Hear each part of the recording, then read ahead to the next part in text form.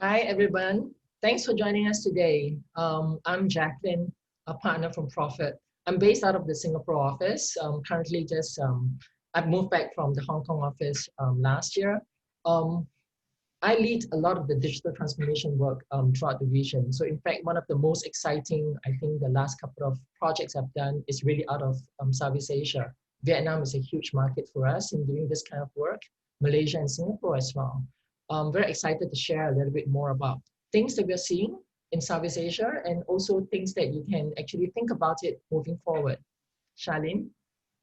Hello, my name is Charlene Lee. I am based in San Francisco. I am a part of Altimeter. I was the founder and now the senior fellow at Altimeter, which is a disruptive research firm that Profit acquired in 2015. And I'm excited to share with you the research that we did here as part of Altimeter. It's something we do every year, is to do a state of digital transformation.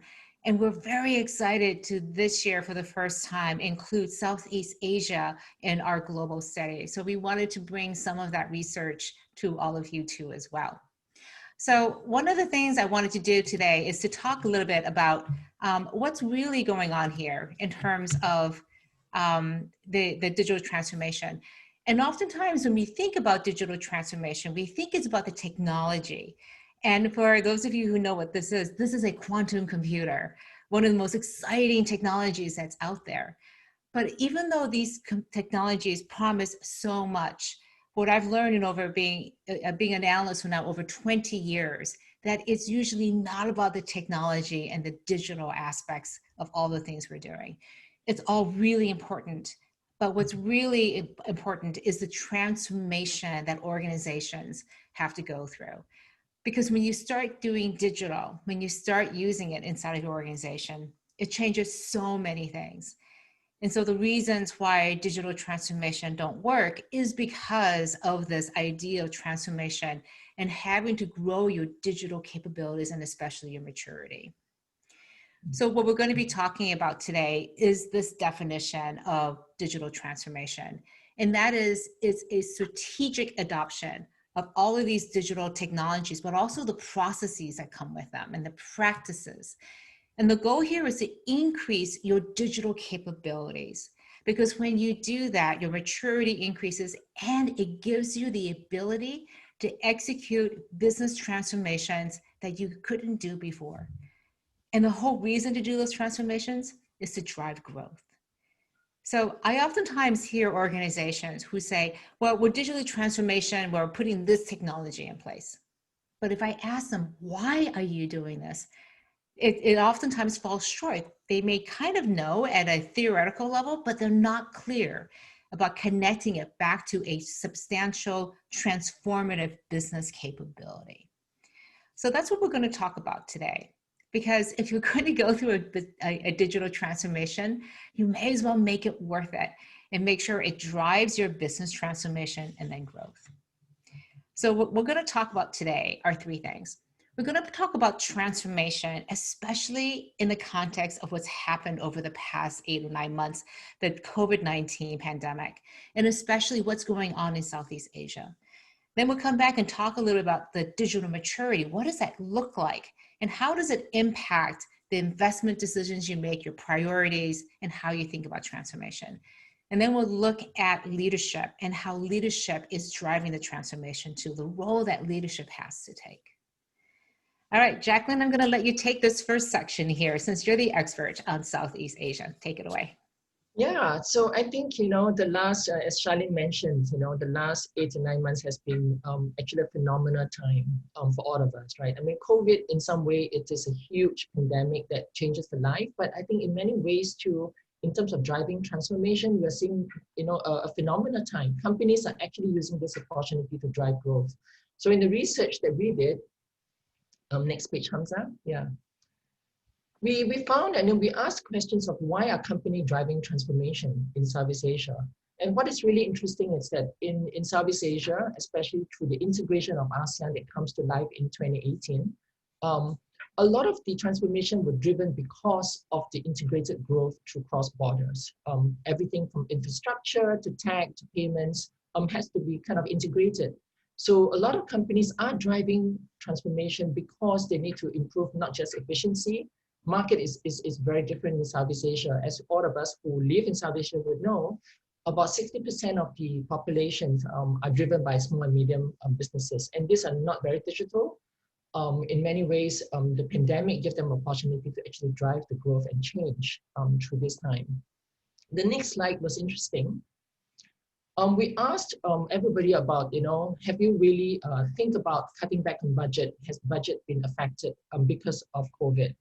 And while we see a lot of revenue being dropped off initially in the times of COVID, consumers very quickly switched to a new way of actually consuming, because you can't go to the shops, especially in Southeast Asia. Mom and pop shops are just around the corner. Suddenly, everybody had to go online due to the lockdown to start to do the purchase. So while the pandemic has driven a drop in the revenue, we saw new behaviors from consumers, and we saw new behaviors from companies trying to actually make sure that business continue to have to be sustained during this time. And it's actually an interesting time for us when we ask consumers and companies on this change, right? So in the survey that we did is we try to find out, is this truly an opportunity? Is this truly a challenge during COVID for digital transformation? And I think the answers are pretty interesting for us, especially in Southeast Asia. When we actually ask companies in Southeast Asia the impact of COVID, a lot of companies actually did not stop the transformation that has already started. Now, as I mentioned, in 2018, ASEAN has started the integration, and in fact now it's expanded because of RCEP. The integration of the 10 countries in Southeast Asia actually spurred a lot of growth, and digital is a huge component of it.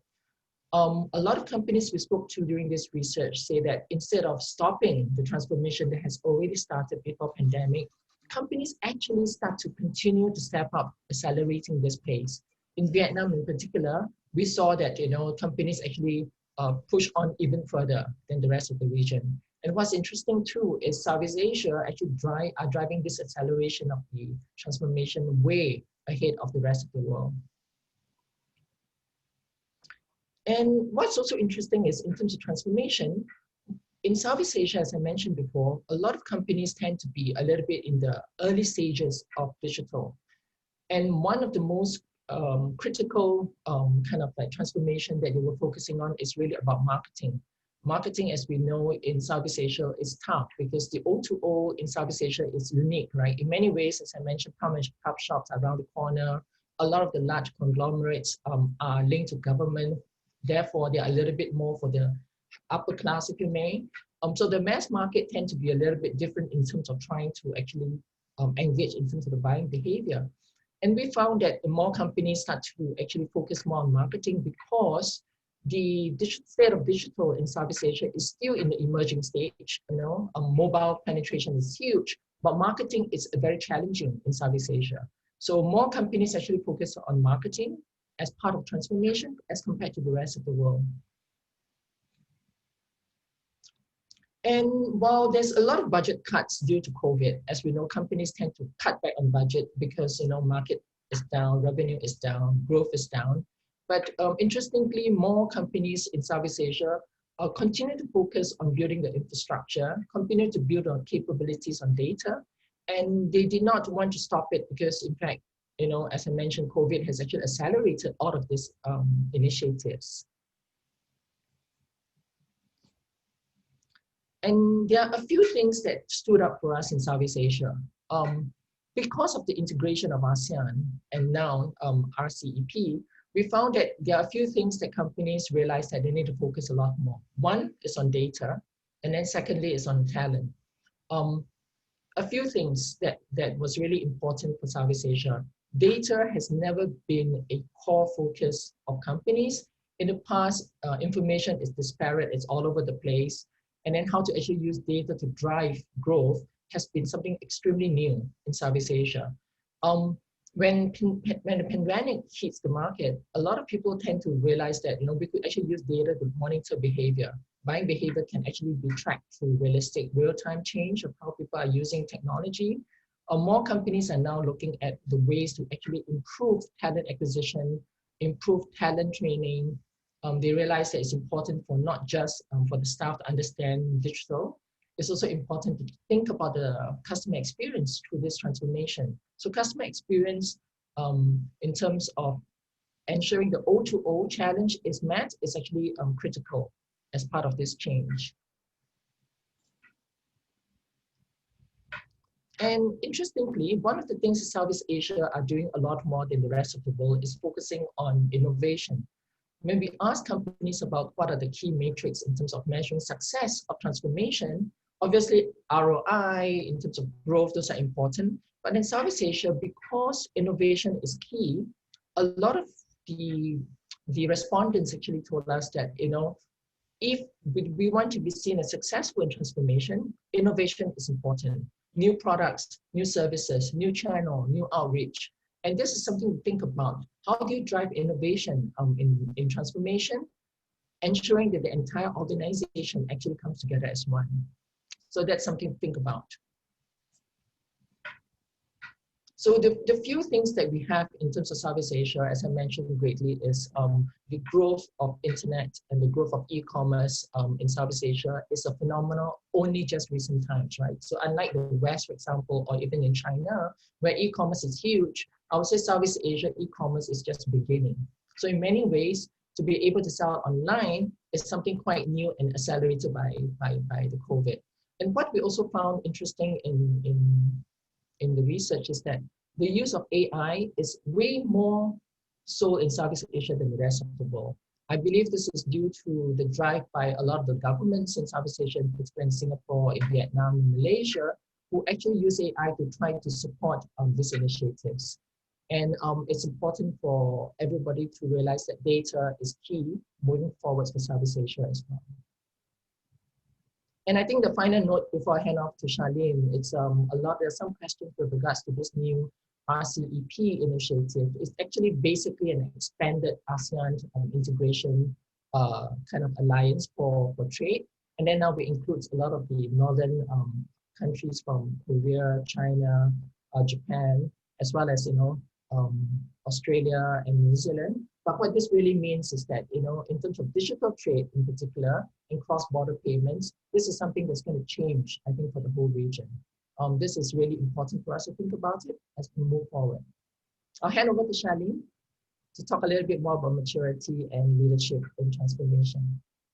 Okay, thank you, Jacqueline.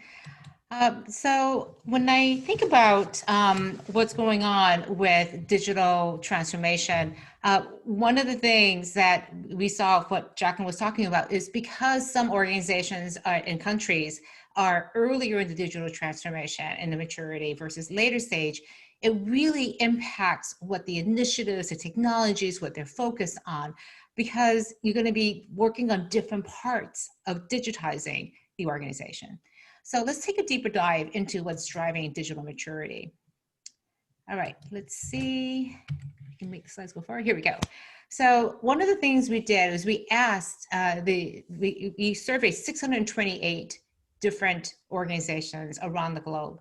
And when we asked them, what were some of the top priorities? What was it that was driving their digital transformation? We saw a significant difference between what we call the digital leaders and the digital laggards. The digital leaders were much more likely to be citing a response to COVID-19 was really driving their digital transformation. And we saw from some of the previous slides, it was really seeing that it was not just a challenge, it was an opportunity that they were responding to. Because again, we talked about how disruption doesn't make the needs go away, it changes what the needs are and creates new opportunities. So these digital leaders had the capabilities and wanted to invest more into it and be able to find that response and look for those opportunities.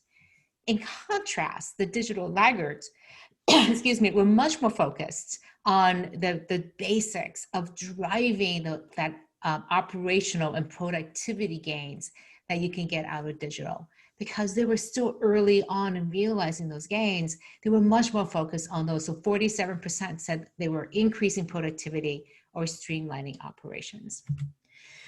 Excuse me. So when we look at digital transformation, we look at the 5 stages of maturity that an organization can go through. We have stage 1 where people are still making the case. This is really early on. And not very many people are in there, but there's still quite a few organizations that are very early on there. So they're just trying to make the case that digital could make a difference to the organization. Stage 2, you now have that go ahead to be able to do some experiments. A lot of the focus here is on how do you create a better customer experience. So we find that early on, it's a lot of the efforts being spearheaded by the marketing department, transforming the activities there. It's just trying to get an understanding of how do we use digital to create a better experience. Now, the vast majority of people are in this middle section, the middle stage, stage 3, which is building the operations. The focus here is on transforming operations within specific functions. So not just marketing, but we're also looking at selling, and we're looking at customer service, even HR, procurement in the finance department, supply chain and technology. But each department is very much focused on using digital to, again, change and transform the operations within that department. Stage 4 is when the magic starts happening. This is when we're starting to look at integration across all of these functions to be able to create a more seamless experience. And in stage 5, that's when the rocket ship takes off. You're operating so much at a higher level now that you're able to look at new opportunities, true business transformation to go into new markets where your competitors couldn't. So when you look at these 5 stages, we actually have data based on that survey to show where people were. And on a scale of 1 to 5, you can see at the bottom here what the average digital maturity score was for each of the groups in those stages. You can see at stage 5, very high levels of maturity across the 5 areas of digital maturity that we looked at. I'll show you that in just a minute. So when we look at this digital maturity, though, we look at those curves and they do differ by some factors. So for example, if you look at geography, you can see that EMEA was a little bit less advanced as some of the other groups as compared to, for example, Asia and North America. We can see it by organizational size too as well, but the curves really follow very much the same idea. And we didn't see a huge difference in terms of the distribution of companies by organizations, although we did see, again, understandably, if you're over 100,000 employees, you are much more likely to be at stage 4 and 5. And then when you look at the different types of businesses, whether you're B2B or B2C or B2B2C, we see that the organizations that have to go across multiple channels, B2B2C, much more likely to be mature. They've had to, again, think about creating that customer experience seamlessly across multiple channels. So had even more of an impetus to start early in their digital transformations. And then finally, let's take a look at the industries. We can see, again, that banking, for example, and finance, much more likely to be mature, while healthcare is lagging behind everybody else. So it's an interesting way to tell some stories about how organizations change and differ in their digital maturity by all of these different factors. But what I'd like to do is take a deeper dive into what makes up digital maturity. And we can see here those 5 pillars that I talked about: marketing and sales, technology and innovation, data and AI, leadership and customer experience. And what you see here are the average scores across all 628 different respondents. And it's interesting to see where people are high and low. Again, this is on a scale of 1 to 5, 5 representing best in class, the best organizations in leadership, in marketing and sales, customer experience, data and AI, and technology and innovation. So that's a really high bar to hit. And what we found is that more organizations are more likely to, it was actually surprising, technology and innovation, many companies were fairly mature in that area. Similarly with leadership, what we're finding across the board is that leadership is really understanding that we need to show up, that they're starting to change the culture, engaging employees across the board. So across the board, we're seeing people at a fairly high level. What was interesting is that marketing, sales, and customer experience wasn't as high. And take this with a big grain of salt. It's partly because those two areas are so advanced in the most digitally mature companies that everyone else is falling short of what that great looks like. And so there's a bigger gap that we're seeing in those two areas. And what I find also very interesting is data and artificial intelligence to be about middle of the road. What we're finding again is that when you think about the excellence that's there are some really early players, but across the board, people have been making investments and really staying on top of how to manage their data and then also how to apply their AI. So if you look at this radar chart, we have a couple more complicated radar charts. So this is the time to get out those eyeglasses and those magnifying glasses a little bit. But I wanted to show you how it differs by industry. We saw in the curves before that healthcare in particular was not as advanced, and you can see it definitely here. Areas like customer experience, much lower because of the multi-tenants and the little pieces that you see of that patient experience. Healthcare has a long ways to go. But when you look at the other industries, you're also seeing that there are some, like banking again and finance, that are much more advanced across the board, across areas, but in particular, again, in that technology and innovation, because of the deep investment in that, but also especially in leadership, really pulling away.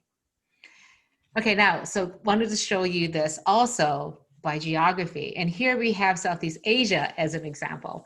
And it was great running this data because what we saw was a fairly high level, again, of achievement.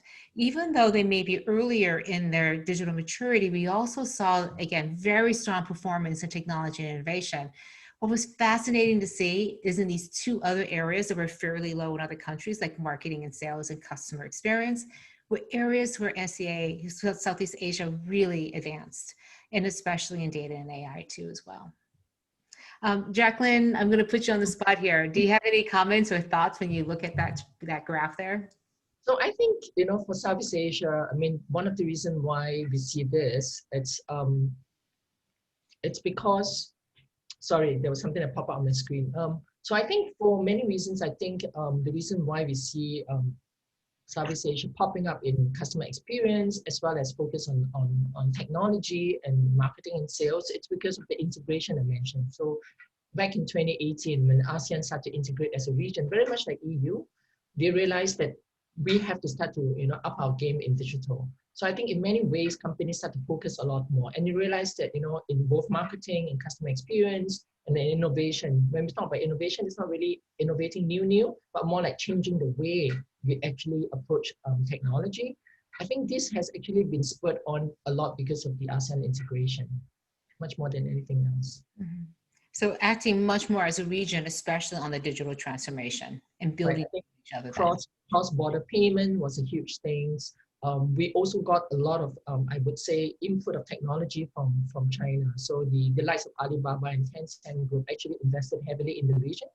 And for that reason, we actually improved a lot of the technology with regards to that. So Grab and Gojek, two of the largest, I would say, ride-hailing super apps in the region, also drive adoption of digital. And this actually drove up, I think, a lot of the matrix that we see here in terms of maturity. I would say that we're still very early on in terms of that journey, even though it shows up as a little bit higher than the rest of the world. It's more of the adoption, much more than anything else. So I think the real maturity, I think we're still lagging behind China, EMEA, as well as North America. But the investment in the region is really going that way. Good, thank you for that. Thank you very much for that. All right, let's just keep going here. A couple more slides here. And again, just want to remind you, if you have any questions, please put them into the chat. We'll be taking them at the end. All right, so one of the things we also wanted to look at was what were some of the initiatives that these organizations wanted to do with their digital transformation. And so we asked them what were the top three. And you can see from this chart, the top one, 46%, said they wanted to update their IT infrastructure in order to increase agility and flexibility, manageability, and security. But then also a very hot top priority is increasing the operational agility. And then the third is organizing customer data. You also see accelerating innovation and integrating all customer touch points. What's interesting is what flipped this year. In the past, it was much more focused on customer touch points and innovation.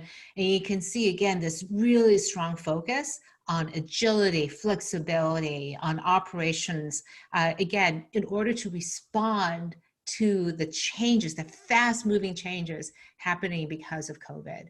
This is not just about only operations and cutting costs. This is about changing your operations to be able to respond to the many, many changes that are happening in the marketplace. But what was interesting is how this differed depending on what your stage is at in digital maturity. So I wanted to point out a couple highlights here. If you're in stage 1 and 2, the early stages, you're much more likely to say these top 2 areas of modernizing your IT infrastructure and improving your operational agility. Look at stage 4 though, very, very focused on operational IT, and that makes sense. Because what is stage 4 doing? They're trying to integrate all of their platforms. So modernizing IT is a big focus for people in stage 4. But then stage 5, what are they focused on? Look at the bottom 2 rows, accelerating innovation, and again, integrating those customer touch points. Really not as focused, still an important thing, but not as many of them are focused on the ideas of improving operational agility or integrating, organizing customer data, because they've done it already. They're at stage 5. They've done all of that heavy lifting. So they can now really focus on accelerating into innovations and creating that seamless customer experience. This is why I think digital maturity is such an interesting way to look at digital transformation. If you don't know where you're starting from, how do you know how you're going to get to where you want to end up? And if you want to end up in a place where you have the digital capabilities to drive business transformation for growth, you need to know what that gap is. So it's so important, again, I think, to understand how you are doing across all of these 5 areas of digital transformation and making sure that your entire organization is aligned around where you're starting from. I can't tell you how many times I've walked into an organization, and Jacqueline, you probably have seen this too, where everyone thinks they're looking at a different part of the organization, a different set of customers. And you're going, wait, how are we supposed to craft an enterprise-wide, rational, holistic strategy when everyone is only staring at their little piece? Totally. Yeah. I think the silos in transformation is huge, especially in companies you work with. Yeah, it's huge. Exactly. And that's why moving out of stage 3 into stage 4 and stage 5 is such a difficult task. Yeah, and I think this is a nice chart also because when we think about digital transformation, at least I look at it from the context of Southeast Asia, there's so much focus on infrastructure and the platform in particular. People get lost, realizing that, oh, this is just about tech. This is about digital, it's nothing about us. And this is where the maturity stages that Charlene mentioned really touch on how people are really, doing this transformation in a meaningful way that actually adds value. Great. So those are the business initiatives. Let's take a look at how they're doing on technology. We survey this list and we add a little bit every year to understand what are the top investments in tech that organizations are focused on. You can see at the very top, cybersecurity and cloud. They're always at the very top. We find year after year, it's so important. But we also see some areas of growth. Let me point out one of them in particular, 5G. Surprise, surprise, 5G is on the list. Big, huge increases over the previous year. A little bit more surprising was conversational technologies. At Altimeter, we're very focused on this area. Again, a subset of artificial intelligence is how do you use all of these technologies to truly engage with people? The chatbots, the personalization engines, all the ways that you can have a more seamless experience for people. That is up 17% over the previous year. So it's helpful, again, to understand why are some of these technologies important, others not. It's not to say any of them are not important. You see, even going down, some people are focused on quantum computing. Even though you may not see the gains of that for a few years, They want to be able to extract that value today. All right, so let's take a look at those technologies again by those stages. And I just wanted to point out the stage 5. What was interesting is how much more stage 5 companies are interested in cybersecurity. And it makes sense because when so much of their business has become digital, when so many people are reliant on digital being secure and stable, cybersecurity becomes an even more important priority for the organization. But we also see machine learning and artificial intelligence really expanding, again, just accelerating their investments in that, as well as 5G and again, those conversational technologies. What you see stage 5 companies doing, because they are so further ahead in their digital maturity, they're looking at all of these cutting edge technologies and backfilling again into some key areas like cybersecurity that have to be completely locked down. All right, let's keep going. We're almost there. We're in the last section here. We have some questions, so keep them coming and we'll have some time to address them. So let's talk about leadership in digital transformation. I am extremely passionate about leadership because all of our research shows that the most important success factors of digital transformation are leadership and culture. If you do not have those in hand and understand how digital is going to change your culture and how you need to lead your people into this new stage, you won't fail at digital transformation. It doesn't matter how beautiful or how wonderful the technologies are, it will not work. In fact, I've seen just the opposite, where organizations are putting in some really basic technologies, really basic, nothing flashy, but making huge strides forward because of the leadership and culture focus that they have. So when you think about transformation, there's one thing I would encourage you to think very differently about your leadership. And that is to think about when you're transforming, it's not the same type of leadership that you've had in the past. You need to think actually about creating a movement that says, we're here today and we need to go through this transition period, this transformation period to get to the other side. And it's going to be worth it. It's going to be hard. It's going to be exhausting in some places. But when we get to the other side, we'll be able to do these new things that's going to put us in a much better place. The important part about going on this journey is knowing where you are again, that we just talked about, but also knowing where you want to end up and being very realistic and honest with people about what that journey is going to look like. Because if you promise that it's going to be easy, if you promise that the innovations are going to be pretty straightforward and predictable, guess what happens when you meet that first obstacle? People get discouraged and want to run back. So it's so important to prepare yourselves to understand how difficult that journey or easy that journey is, and just be realistic about it so that people are prepared. Now, what's interesting about our research about digital transformation is who actually runs it, who owns it in the organization. And I want to show you some of the data here. What we found is that in about 1/3 of the organizations we surveyed, it's owned by the CIO or the CTO. It makes sense because there are only a few places in an organization where everything can be seen from that one perch. It's the CEO, it's the CFO, and the CIO. They really touch into every single department. So the CIOs naturally would be a place where that digital transformation would live. We also see more and more CEOs coming in and owning that part too as well. But I want to point out this interesting 30%, this 1/3 here made up of the chief digital officer, a chief innovation officer, or interestingly, the board of directors. It points again to the changing nature of digital transformation. These 3 groups have really grown, almost doubled their share of leadership over the past 2 years. And it's again, this recognition that when you do digital transformation, it is something really different. It's enabling you to go and do these business transformations. And who better to do that than people like on the board who understand that strategic view, or the chief innovation officer, or even a dedicated person to digital. All right, almost there. And then we can take some questions. All right. So want to break out in terms of how that leadership changes depending on a couple of things. Look at how it changes depending on the industry that you're in. So we can see in banking and finance here at the bottom, much more likely, almost twice as likely to be the CIO and the CTO. Again, the technology deficit that many banks had really require that CIO being very upfront and very strong in terms of making sure all of these platforms early on played a more central role.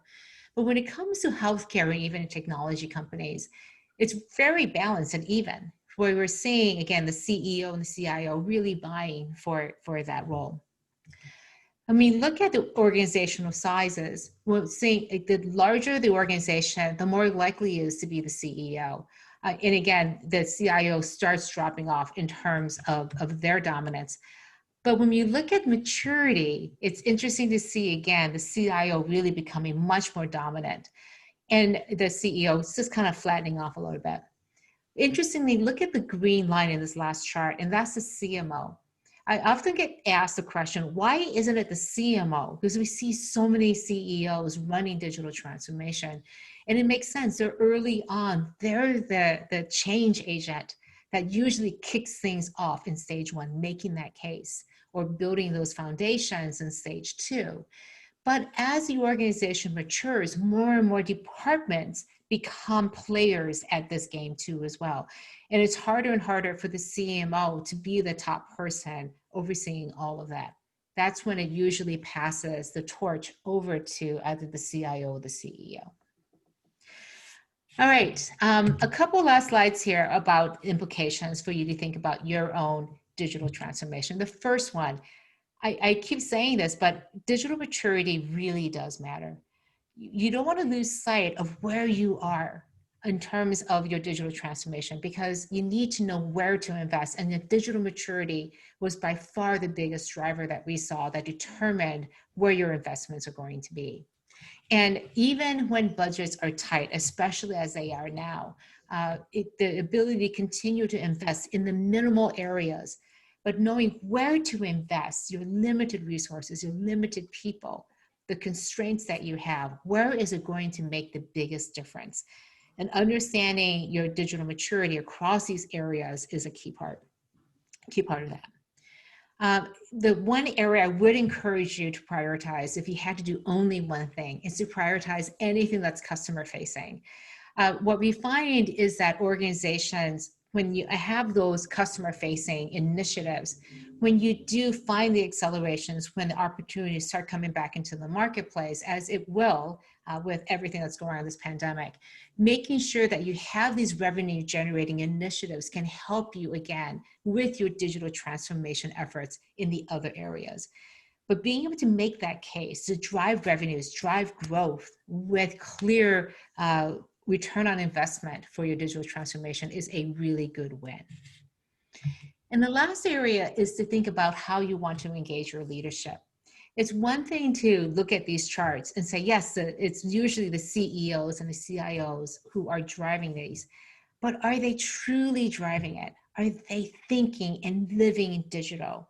Do they really understand and can do this at a personal level? It's especially difficult when you're talking about non-technical people. Are they looking at this and thinking that it's a technology problem, a technology issue to be leading? Or do they look at it from a business perspective and put digital into that space? I've been doing a lot of research recently about how CIOs are seeing the roles, and it's becoming more and more important for them to sit at the strategy table to understand how the technology is going to impact business transformation capabilities. So while the strategy people are becoming more technical, the technical people are putting on those strategy lenses, those glasses, so they can look at the business very differently. I want to end on a couple of ways that we at Altimeter and Profit can help your organization. We oftentimes look at all these different areas of disruption around leadership, digital transformation. We also focus a lot on what is happening with data and AI. Social business and of course customer experience is a long-standing area of of interest and best practices for us. But what we find is, again, as you're dealing with all these disruptions, you go through different phases even of understanding what is going on with these technologies and disruptions, and then doing an assessment, planning, and then finally supporting and executing. And the way we support them is very differently. If you're trying to understand just what's going on, we do so much research and we work with so many clients. We can bring those stories and give you a sense of what is the future of a particular area of a business problem or disruption going to look like. We do a lot of assessments. There are assessments for this digital maturity that you may have seen a link to. We do opportunity analyses as well to understand what is the market evolving into. It's one of the areas of specialty for us to be able to do that insight work. And then we can help you make that case. Finally, we can do a lot of planning and supporting execution. It's what I love being an analyst firm, being part of Profit, is that I have these colleagues who I can turn to and they go, we need work, we need that strategy, we need that execution plan. We're just analysts over here thinking the big thoughts.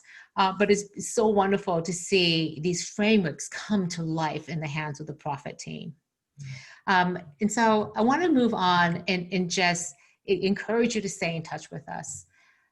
We put up these slides, right, Jacqueline, at the end of all of our presentations, and almost nobody reaches out to us. What's going on? So I hear that the audience here is, again, very outgoing, very intent on connecting. So here's our contact information.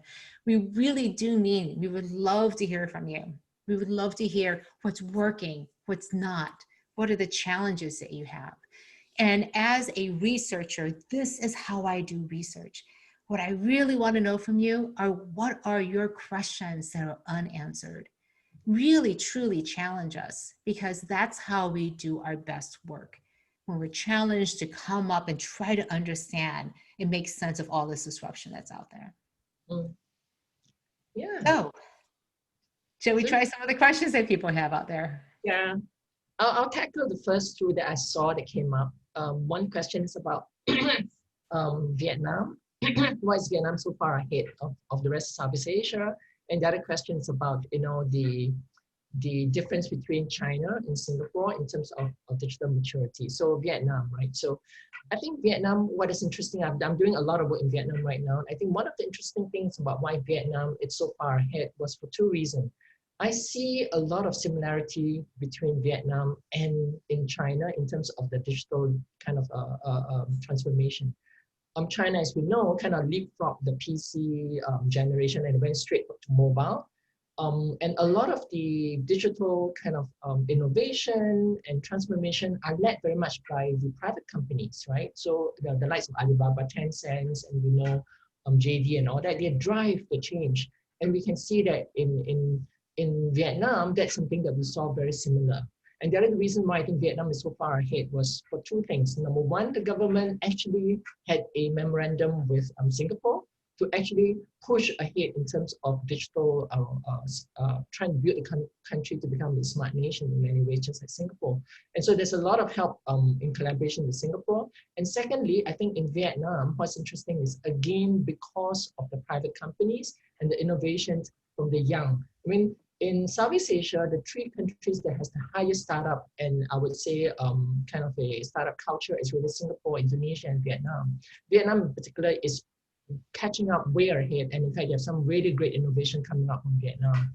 And I would say the private companies are driving that change in Vietnam, far ahead the rest of Southeast Asia, which is very much government-led, and in many ways through the younger population in Vietnam. For those who do a lot of work in Vietnam, you realize that about half the population are 25 years and below. And this hunger for change, hunger for transformation is huge in Vietnam. I mean, we have to remember Vietnam is still a communist country. In some ways, a lot of things have been driven by government, but the private sector now has taken charge, just like China. So I see a lot of similarity between that too. And the second question is about the difference between maturity in China and Singapore. And I would say that it's a similar story to what I just described. The digital maturity is led very much by the government in Singapore. So they lead the way of how digital is. A lot of the largest companies and blue chip companies are actually led by the Singapore link companies, the government link companies. in many ways, while we have a lot of good transformation and digital kind of innovation going on, it's at a stage that's pretty high and not for the masses in many ways. Whereas for China, I think because the private sector led the change, it is far more dominant in terms of that. And when it comes to adoption of technology like AI, you can see because of that, they're far more adventurous and far more innovative in the adoption of technology, like whether it's conversational or AI as compared to Singapore, which is still led by the government. Yeah, so those are the two questions that I could pick up from the session. We also have a couple of very interesting questions from Makunda. So how will the sustainability of the company changes post-COVID? Yeah, I'll take a quick swipe at that, and Jacqueline, you can fill in too. What we're finding is that, again, we have been seeing all the economic issues. It's so dependent on the sectors. I know some sectors, they are increasing their revenues amazingly. Again, groceries, food, in some areas like fast foods. But I think for the vast majority of companies, what you're seeing is that if they had cash reserves, but also the ability to continue to invest in the digital, to, again, just the way work has changed in terms of moving into a completely different way of working. But what I'm finding is across the board, organizations are emerging much more resilient. You could not imagine companies having to go through as much change as they did in like 5 or 10 days as they had to do. And what's come out of this is this amazing sense that, oh, if we could survive that, we can do a lot more. So we're finding two types of companies who looked at that and draw strength from that and are accelerating their changes and transformations, and others who are exhausted by that change and basically did that change and then went back into the rooms and just hid. So you're finding these two types of organizations. And again, sometimes it's dependent on how much cash they have on hand too. But for the companies who are in fairly good, decent shape, you're finding these two kinds of strategies happening. And the people who have been hiding are starting to emerge, but they started coming out in the summer, but then have gone back. Those are companies who've been out there and trying to change and transform themselves on multiple levels are continuing to be able to not just survive, but somehow thrive in all of these changes that are happening. Okay, thank you, Charlene. We also have another interesting question. So to what extent are existing system integrators and enterprise tech vendors, the likes of Accenture, Microsoft, Salesforce, complicit in influencing the transformation agenda and its pace based on their own profit motives, for example, to their own product roadmap, etc.? Well, again, they're very vocal, all of these system integrators. And I think to some extent, that's a bit of a cynical point of view, they're going to force you to go through this digital transformation and extract very, very high fees from that. But I've also seen some of the work that they do, and the organizations they're working with would have had to struggle getting to that point. My biggest issue with a lot of the system integrators is that they're so focused on the technology, not necessarily on the business transformation. And so the really smart clients are the ones who are very clear about what the purpose of that digital transformation has to be. The biggest mistakes I see are these organizations who are just handing it over to the SIs and saying, just go take care of it and come back to me when it's done, versus being intimately involved in what that transformation is going to look like. It is not a technology deployment, like deploying a CRM. It is something that is transformational to the organization and needs to be treated at the highest levels of the organization. Yeah. And also I think what I saw from some client work that I'm doing with regards to this is literally is what Charlene mentioned, right? Sometimes it's so focused on the tech and the infrastructure change in the CRM, if you may, they forgot the fact that, there's still a transition period. Business have to carry on as per normal, but how do you do what is going on right now and then try to actually do the change? So I saw most struggle and challenges in most companies is actually through this change, where they try to go into a new platform. So the training in particular of the people in this new agile way of working or new way of adopting technology into their day-to-day work is a huge challenge that needs to be understood better. Yeah, and you always see on the initiatives, where does employee training end up in terms of all these initiatives is always at the bottom. Precisely. Right? And it should be at the very top. Precisely, yeah. Yeah, and maybe related to a bit what you just said. So someone asked, what are the actual intelligence gaps or maybe capability gaps when it comes to helping small and medium-sized enterprises transform?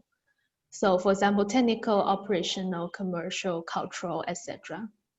Right. Again, the small and medium-sized enterprises, I get the questions I'm like, how do we, we're really different from these big enterprises. We don't have this huge multi-million-dollar budgets. We're this tiny little group, with like 50 people, 500 people. And I go, the rules still apply to you. I mean, we looked at all the transformations based on organizational size, and it was not a determinant. Size is not an issue. In fact, small and medium-sized organizations have the advantage that they have more connective tissue, so they don't run into these silo problems that Jacqueline was talking about. It's less likely to happen. Or you're more likely to do the thing that I call breaking windows between those silos. It's a lot easier. So digital transformation is actually not just, that's not easy, but it has fewer complications than small and medium-sized businesses. So therefore, the biggest gaps that we find, again, are not the technology side. It is still the culture side. It's exactly the same problems, just a little bit of a different scale. Yeah. I mean, to add to that, I think for apart from being, smaller, you can be more agile, you can react faster. I think the advice to small and medium companies is that don't try to focus on everything. Focus on the most important part of that journey that you can make meaningful change, right? Whether if the investment in digital transformation is to make sure that you get more digital as an outreach and engagement with customers, then focus on that. If you are trying to get better understanding of the data and in terms of being able to actually have better product and services, then focus on that. So pick one portion of the service that you think you can focus on rather than trying to do everything right, because you can't. You're smaller, so it's better to be more focused in your transformation initiatives. Yeah, it's hard, Jacqueline, I think, for the small businesses especially, because it feels like you're putting all of your eggs in one basket.